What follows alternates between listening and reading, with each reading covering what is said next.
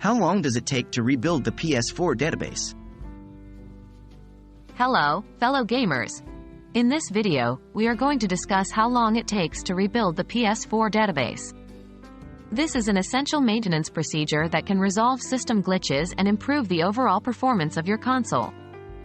Don't worry, it's a simple process that doesn't require any technical expertise.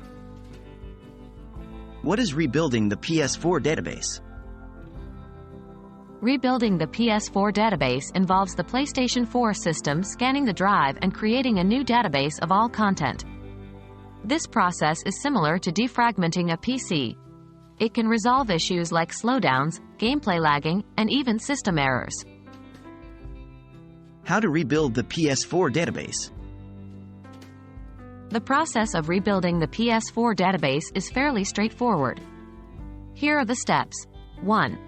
Turn off your PS4 completely, not rest mode. 2. Hold down the power button until you hear 2 beeps, one when you first press it, and another about 7 seconds later. 3. Connect your PS4 controller with a USB cable and press the PS button. 4. In the Safe Mode menu that appears, select Rebuild Database. Remember, rebuilding the database does not delete any of your saved data, so you don't need to worry about backing up your games. How long does it take to rebuild the PS4 database? The length of time it takes to rebuild your PS4's database largely depends on how much data you have stored on your console. Generally speaking, it can take anywhere from a few minutes to a few hours. For a lightly used PS4, it might only take 5 to 15 minutes. For a PS4 with a hard drive that's filled with games and has never had its database rebuilt, the process could take several hours. Please note that while it's rebuilding, it's important not to interrupt the process. The system will restart once the database has been rebuilt.